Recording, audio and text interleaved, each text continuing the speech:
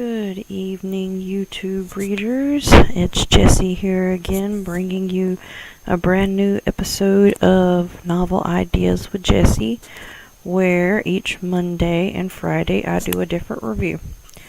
Mondays are mangas or comics, and Fridays are novels. And for the past month, I have been doing manga classics on Mondays and a classic counterpart on Fridays. Now, anybody who has been tuning in and have seen my previous episodes, they're aware that this week was Jane Austen's Emma. I reviewed the manga classics of Emma on Monday, and I am now doing the actual novel itself Friday. Now, I don't believe I gave, raving reviews about the actual manga classic. But I hate to say it, you might actually hear worse about the actual novel. Now, I want you to understand here perfectly. I am a big fan of Jane Austen. When I first started reading her books, they opened my eyes to a whole new, different type of literature. And while I love all of Miss Austen's work, Emma is at the bottom of the list.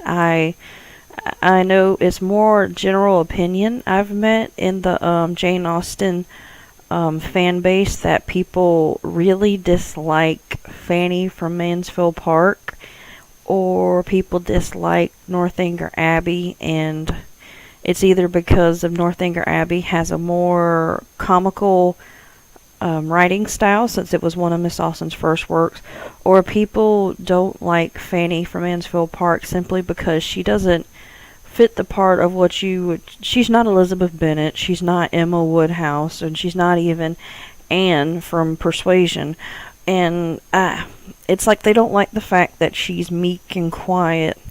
And don't get me wrong, with Mansfield Park, I'm not big on the whole marrying your first cousin thing, but I actually enjoyed Fanny's character in Mansfield Park because she was very observant. She was very helpful and grateful, and she stuck to her values. But we're not here to talk about Mansfield Park today, or Fanny. I'm here to talk about Emma Woodhouse and why I do not like her in Emma. And it's actually really that comparison right there. Well, we'll get down to the point of the actual novel of Emma by Jane Austen. The writing style was wonderful, as ever. Character creation was great. The story was very riveting. I believe it had almost as much drama in it that Mansfield Park ever had. So there's nothing you could complain about on those points. You know, the composition was great, character development great, setting, overtone, all wonderful. Right on par with all the works that Miss Austen has done. And I have to admit ahead of time now, all of Jane Austen's works I've read at least twice, maybe 3 times. Emma I have only read once, unless you include the manga classics, then it's maybe 3 times. But I mean, maybe in the future if I sat down and read it again, maybe I'll get a better liking for it. But the thing I really don't like about Emma is, I'm getting to that point now, I don't like her overall character. And it's not that her character was poorly written. I know for a fact that Jane intentionally created Emma this way. She was meant to be, vain and nosy and a busybody, and that's just how her character was built. And because normally when a problem is presented to one of Jane Austen's heroines, by the end of the book, the problem has been resolved, like Pride and Prejudice. Yes, Mr. Darcy was stuck up and shy, but towards the end of the novel he had changed himself. But at the same time, Elizabeth Bennet, she was very stubborn and prejudiced to Mr. Darcy. She wanted to believe more of the bad things about him than the good because he had personally insulted her. But this is something they both come to an understanding at the end of the book. The thing that bothers me most about Emma Woodhouse from Emma is that, yes, I know the whole theme is meant to be satirical and it's meant to be a joke on the manners that are set at the time, but the thing that bothers me about her is Okay, she made the statement in the book that she did not wish to get married because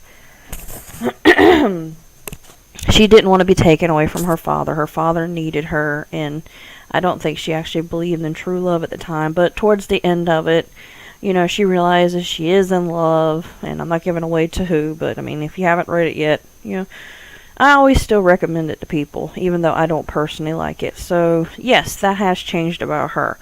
But the thing, she started out being very vain, all important. She loved being the center of attention as the elegant woman. I think because she received a lot of attention from her nanny and her father and everyone else because her sister had moved out. So she became all important, and that's how she started messing in other people's relationships. And okay, yes, by the end of the book, she has also figured out that she shouldn't interfere with people's personal lives. That's great as well. I'm glad she finally figured that out. But towards the end of the novel, the one thing that really bothered me about her is that she never really got over her vanity. I mean, that position, when Emma had made friends with Harriet and she was trying to set Harriet up with Mr. Elton, the pastor, she didn't want Harriet to get engaged to Martin and to marry him because she believed he was a lower set. So even by the end of the book, when Emma is engaged to get married and she has to break her friend Harriet's heart about something, I'm not giving away answers here, she understands that this would set Harriet, if Harriet married Martin, this would set Harriet in a different social class to her, so they would no longer be able to talk. And, I understand that there was social rankings in Regency times and that they had certain protocols you had to follow, but at the same time, she still consulted and conversated with the Fairfaxes and everyone else, in town who had to be a different social sect than her. So I don't understand why she couldn't still continue on this relationship with Harriet. To me, she never got over her vanity by the end of the story. So that always bothered me. It's the way I have always explained it to other people is, in any other novel, in any other Jane Austen novel, Emma Woodhouse would be the antagonist because of her general attitude and kind of stuck up in the way she interferes with people's lives. She honestly on par with me to Catherine in Pride and Prejudice or just any other one, because she just doesn't seem to have any redeeming values. So I've read the Emma book once. I still own it. I have it put up because I can't make myself read it again because I just dislike her. And I've seen the made for movies, and there's a really good representation of it done by the BBC, a miniseries, but I can't stand to watch it because the actress is so good. I just can't deal with it. But what is it? The one, I believe it might have been the American version, but Gwyneth Paltrow played Emma Woodhouse. This is actually the only remaking of it that I can actually stomach, because Gwyneth Paltrow playing the part of Emma Woodhouse looks so young and acts so childish and immature that it's easier to forgive her character for the mistakes she's made because she seems like she's still learning. And see, I can forgive that. If that was something that was conveyed in the novel, that she was still childish and she still believed in that, then I can honestly believe, okay, she's young, she's making mistakes, she's going to learn from them. But when she's represented as a mature woman who's in her adulthood, taking care of a household and her father and things like that, then to me, she understands the responsibilities of life. She understands her social obligations and how things affect other people. So the fact that she thought that she should become some great matchmaker, it just rubs me the wrong way.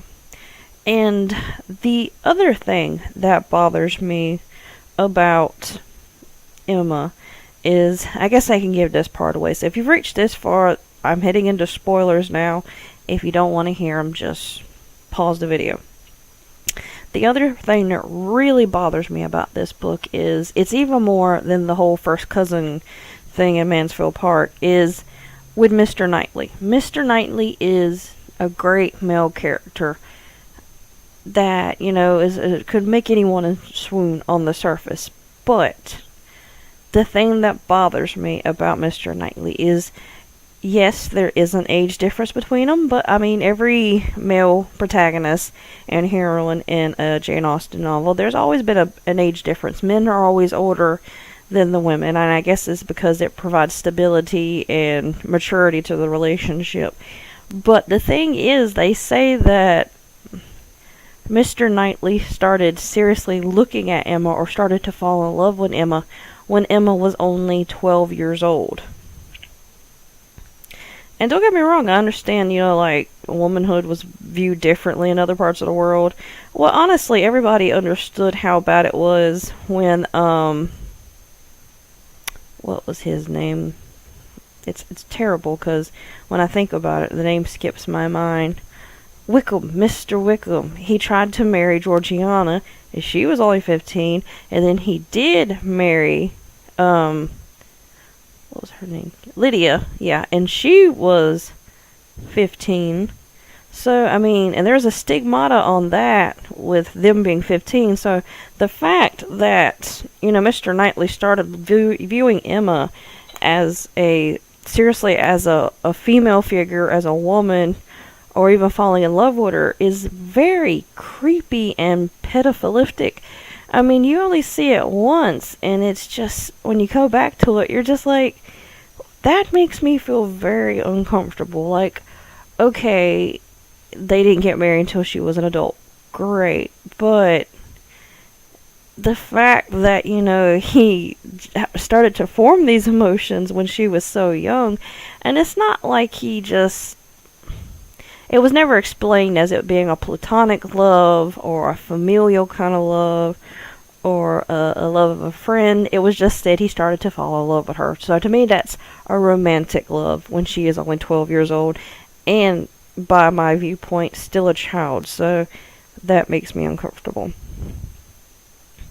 Oh, and another thing that bothers me about Emma is, her flat out insecurity. I mean, she avoids and just completely sidelines Jane Fairfax, completely for the fact of jealousy, because everyone thinks Emma is such a great person. She's so accomplished and refined and beautiful, and she's lets it swell her head. She lets herself think that she is this great accomplished woman, until she gets around Jane Fairfax, who actually is an accomplished young lady, who can play, who can sing, and has many other skills, and she hadn't had the opportunities that Emma had. She didn't have the money, the support, the family name to acquire these things. I mean, yes, she did have help from her family friend who took her in along with their daughter, but she didn't have nearly as much assistance as, Emma had. Emma, who was brought up in the lap of luxury, and she just never took the time to actually apply herself to these things, so she let everyone think she was accomplished, and they just liked her because she was from such a noble family. So that's Emma completely avoids this girl, who would have been a perfect companion for her, as opposed to Harriet, who knew nothing and would have been a no on terms companions with Emma. Jane would have been a great companion for her. I think she would have had a positive effect on Emma and directed her in a more positive way. I know I used that word twice, and so Emma just completely ignores her because she makes her feel inadequate, and she hates when other people show more attention to Jane. Like, she thinks Mr. Knightley's in love with her and the compliment she gets. But I guess you could say those are my top 3 reasons. I mean, the first reason is legitimate. I just really dislike Emma's character, even though she is well written to the extent that I don't like her. I still don't like her. And number 2, Mr. Knightley comes off as kind of a pedophile. And I do have the third reason, her treatment of Jane Fairfax. I mean, it's not a major reason, but I don't appreciate it. Even though, Jane gets a happy life after. Even though her choice of men can be a bit questionable at best. But those are my reasons for not liking Emma. And I believe I have properly explained my reasons why I still think it's a good book. So, for the fact that I've gotten so many recommendations for it, I'm going to give it a 3 out of 5. I could go as high as a 4 because I have gotten a lot of recommendations of this book. A lot of people think it's a very good book and one of Miss Austen's best. But if my only reason for not liking it was simply because I didn't like Emma, I'd give it a 4 out of 5 or even a 5 out of 5. But the whole Mr. Knightley thing just really doesn't sit well with me, so that's why I give it a 3 out of 5 stars in my opinion. That's just my personal thought on the novel itself. But feel free to check it out yourself and read it. And if you have read it and you disagree with my opinions or thought, leave a comment below and tell me what you find interesting or great about Emma, or what you find that you didn't like about it but didn't hear me mention Emma here. And make sure to hit the like button and subscribe so you can keep up with more of my book reviews. And starting Monday, we will be doing our last manga classic for this month, followed by the classic novel on Friday. And then we're heading into October. Alright, YouTubers, keep reading and keep visiting your local libraries and support so you can so libraries don't disappear. They are made for people like you. And have a good night, and I'll see you next week.